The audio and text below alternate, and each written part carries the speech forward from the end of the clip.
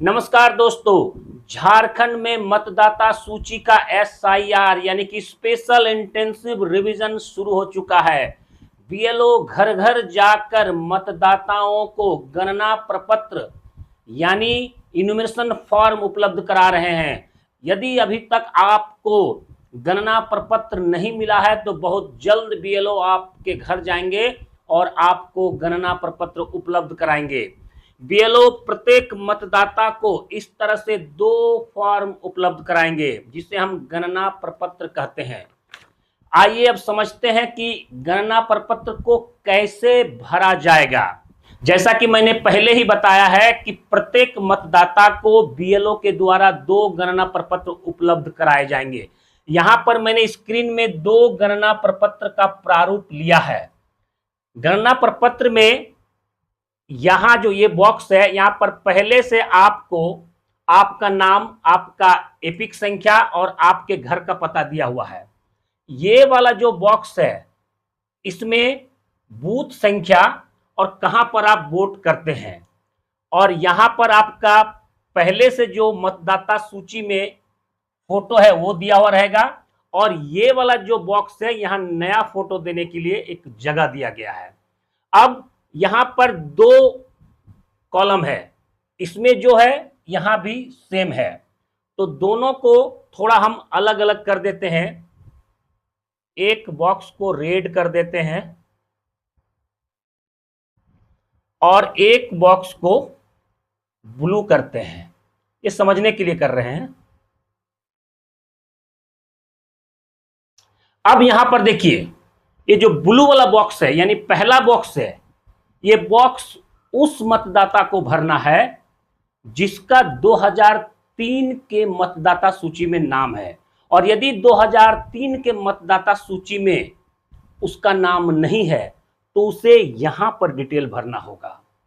जो मतदाता यहां भरेंगे वो इस बॉक्स को, इस कॉलम को खाली करें रखेंगे। जो यहां पर भरेंगे उसके लिए ये बॉक्स खाली रहेगा, यानी ये कॉलम खाली रहेगा। एक ही कॉलम को भरना है। तो 2003 को ही क्यों चुना गया? इसलिए कि पूरे देश में झारखंड सहित 2003 को आखिरी बार एसआईआर हुआ था, इसलिए उसी मतदाता सूची की जरूरत है। अब आप कहेंगे कि 2003 का मतदाता सूची कहां से मिलेगा ना, उसके लिए भी मेरा वीडियो है, वीडियो का लिंक हम कमेंट सेक्शन में आपको दे देंगे। और कई भी तरीका है जहां से आप डाउनलोड कर सकते हैं, और नहीं तो बीएलओ को भी आप कह सकते हैं कि 2003 का जो मतदाता सूची है वो मुझे उपलब्ध कराएं। बीएलओ आपको उपलब्ध कराएगा, लेकर वो आएगा।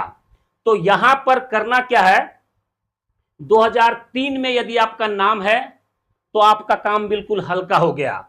यहां पर आप अपना नाम लिख दें, यहां पर एपिक संख्या लिख दें, यहां पर रिश्तेदार का नाम माने पिता का नाम, इस जगह पर संबंध न पिता, जिला हमारा धनबाद है तो हम धनबाद भरेंगे, राज्य झारखंड, विधानसभा क्षेत्र का नाम, विधानसभा क्षेत्र का नाम झरिया है, यहां झरिया भरेंगे। यहां विधानसभा क्षेत्र की संख्या हम लोग का 41 है तो हम लोग 41 भरेंगे। भाग संख्या यानी उस समय कहां वोट देते थे, मतलब 2003 में जो डिटेल है वही भरना है, अभी का भाग संख्या नहीं भरना है। अभी जो भाग संख्या या मतदान केंद्र का नंबर है, हो सकता है वो 307 है, लेकिन उस समय वो 324 था, तो आपको 324 भरना होगा।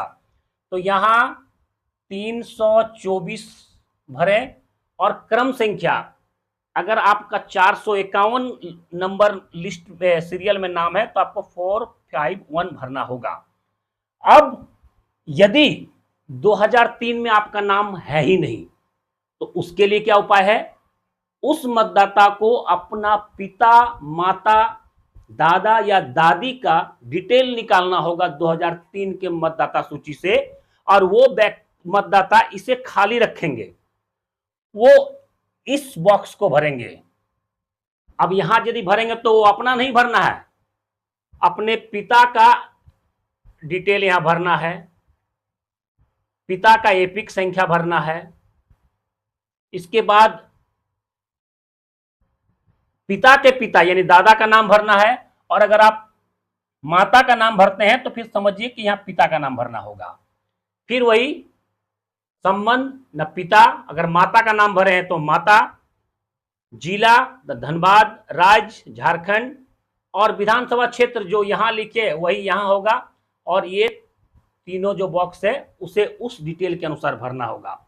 इसका सीधा मतलब है कि 2003 में यदि आपका नाम है तो सिर्फ इस कॉलम को भरना है। यदि 2003 के बाद आपका नाम मतदाता सूची में आया है तो 2003 में मिलेगा नहीं, तो आपको उस समय अपने माता पिता या दादा दादी का डिटेल भरना होगा, यहां पर अपना डिटेल नहीं भरना है। साथ ही साथ वैसी महिलाएं जिनकी शादी 2003 के बाद हुई, तो जाहिर सी बात है कि 2003 के मतदाता सूची में उनका नाम नहीं होगा, तो उन महिलाओं को ससुराल के डिटेल से काम नहीं चलेगा, मायके से माता या पिता का डिटेल मंगाना होगा कि 2003 में माता और पिता का नाम किस बूथ में था, कहां था, भाग संख्या क्या था, क्रम संख्या क्या था, उस डिटेल को लाकर इस बॉक्स में भरना होगा। ये बॉक्स उनके लिए खाली रहेगा, भले ही उनका 2025, 2020, 15 इन सूची में नाम क्यों ना हो, उन्हें मायके से ही डिटेल लाना होगा। सिर्फ एक ही परिस्थिति में मायके से डिटेल नहीं लाना होगा, यदि उस महिला का नाम 2003 के मतदाता सूची में है। अब ये बॉक्स जब आप भर लेंगे, उसके बाद यहां भरना है जन्म तिथि, दिन, महीना और साल। तो ये बॉक्स में आप अगर 10 अक्टूबर को पैदा हुए हैं तो 10/10/1990। यहां आधार संख्या वैकल्पिक है, दे भी सकते नहीं भी, यहां आधार भर दें, यहां मोबाइल नंबर भर दें, यहां पिताजी का नाम भर दें, उनका एपिक संख्या यानी पिताजी का एपिक संख्या क्या है, अगर उस कार्ड में उपलब्ध है एपिक संख्या तो भर दें, माता का नाम भर दें, माता का एपिक संख्या भर दें अगर उपलब्ध है तो, अगर पत्नी भर रही है तो पति का नाम भरेंगे और पति का एपिक, और अगर पति ही भर रहा है तो यहां पत्नी का नाम और पत्नी का एपिक। सेम यहां जो भरा जाएगा इस फॉर्म में, उसी को यहां भी भरना है, बिल्कुल सेम टू सेम। और एक करंट फोटो पासपोर्ट साइज का यहां चिपका देना है, इसमें यहां चिपका देना है। और जब फॉर्म पूरी तरह से आप भर लेंगे, उसके बाद इस जगह पर आप अपना हस्ताक्षर करेंगे दोनों फॉर्म में। अगर आप अंगूठा लगाते हैं तो अंगूठा का छाप यहां पर देंगे। यदि जिनका फॉर्म है वो उपलब्ध नहीं है तो घर का कोई भी मेंबर यहां पर वो साइन कर देगा, और साइन करके आपको दोनों फॉर्म रखना है। जब बीएलओ आएगा तो बीएलओ दोनों फॉर्म में अपना साइन यहां पर करेगा। आप मतदाता यहां करेंगे और बीएलओ नीचे साइन करेगा। जब साइन हो जाए तो एक फॉर्म आपको खुद रख लेना है सबूत के तौर पर कि आपने एसआईआर में हिस्सा लिया था, और एक फॉर्म आपको बीएलओ को वापस करना है। ध्यान रहे, इसमें कहीं से भी कोताही नहीं करना है। अगर आप कोताही करते हैं तो आपका नाम मतदाता सूची से हट सकता है और आप परेशानी में पड़ सकते हैं। अब जिनका नाम 2003 में भी नहीं है, माता पिता का भी नाम 2003 में नहीं है, वैसे व्यक्ति का भी नाम चढ़ेगा, हटेगा नहीं। कुछ प्रोसेस है, बीएलओ या उससे जो ऊंचा अधिकारी है उनसे मिले, वो सारा प्रोसेस बताएगा कि कैसे चढ़ेगा। इसके अलावा इस फॉर्म के उल्टा साइड में वो डिटेल दिया हुआ है कि यदि 2003 में आपका नाम नहीं है, आपके रिश्तेदारों का भी नाम नहीं है, तो इन पेपर्स में से कोई एक या दो जमा करें, आपका नाम चढ़ जाएगा, किन्हीं का नाम नहीं छूटेगा। अब मैं प्रबुद्ध नागरिकों से भी कहना चाहूंगा, गांव के मुखिया, सरपंच, पार्षद या जो भी लोग राजनीति से रुचि रखते हैं, वैसे लोग कृपया एक्टिव होकर वैसे अनपढ़ लोग या मासूम लोग जिनको कुछ भी नहीं आता है उनको हेल्प करें नाम चढ़ाने के लिए एसआईआर में। कोई भी योग्य मतदाता छूटना नहीं चाहिए। ये हम लोगों का एक नागरिक होने के नाते कर्तव्य है। सबको हेल्प कीजिए।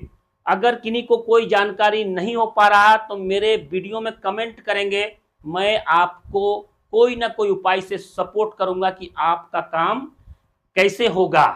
तो वीडियो यदि अच्छा लगे तो इसे शेयर जरूर करें, कमेंट करके बताएं कि वीडियो कैसा लगा।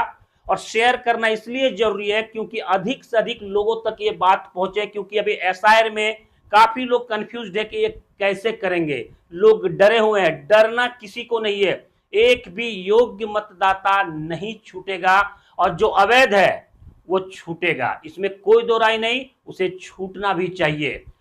तो बहुत बहुत धन्यवाद, नमस्कार।